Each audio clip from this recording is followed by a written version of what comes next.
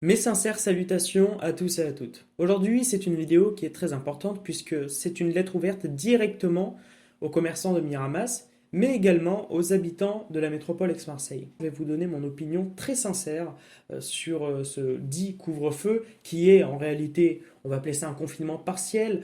Donc, sur plusieurs plans, déjà sur le plan des commerçants et des restaurateurs, ça va être désastreux pour les entreprises, puisqu'il y a les loyers, il y a toutes les factures à payer, déjà qu'il y a eu des difficultés pour certains à ne pas recevoir le chômage partiel pendant le confinement, premier du nom, si je puis dire. Alors, je me demande réellement comment on va s'en sortir. Alors, d'après ce que j'ai compris, certains maires vont mettre en place des aides ou vont geler les loyers comme le premier confinement. Est-ce que ça va être accepté ou non par les propriétaires des bâtiments?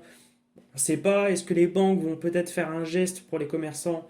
On ne sait pas. Et encore une fois, si on pourrait comprendre un couvre-feu à 21 heures, c'est-à-dire que les restaurants, par exemple, ferment à 21 heures, mais toutefois on pourrait faire des livraisons après 21 heures, ce qui paraît très logique puisqu'il n'y aurait plus de contact Covid direct dans une salle, mais ça serait du simple à emporter en fait, soit du à emporter, soit de la livraison à domicile. Il n'y aurait pas autant de contacts, donc potentiellement une diffusion du virus aussi rapide. C'est des questions que je me pose. Pourquoi ça n'a pas été mis en place? Surtout que c'est bien plus cohérent et ce qui permettrait aux commerçants de pas vivre, mais déjà survivre à ce deuxième confinement qui est très concrètement vraiment ciblé pour cette partie de la population. Alors, si j'avais un conseil très concret, c'est de vous rediriger directement vers la municipalité où vous résidez pour savoir si oui ou non votre restaurant doit fermer avant parce que il faut prendre quelque chose en compte, c'est qu'à 21 heures on doit être chez soi. Alors si à 21 heures on doit être chez soi, il faut anticiper le fait que les salariés ou même le patron, pour qu'on fasse fermer la boutique par exemple, aient le temps de rentrer chez soi, donc avant 21 heures. Et vraiment, on va pas s'en sortir en fait. C'est-à-dire que, d'après ce que j'ai compris, certains vont décaler de 1 voire 2 heures leurs horaires.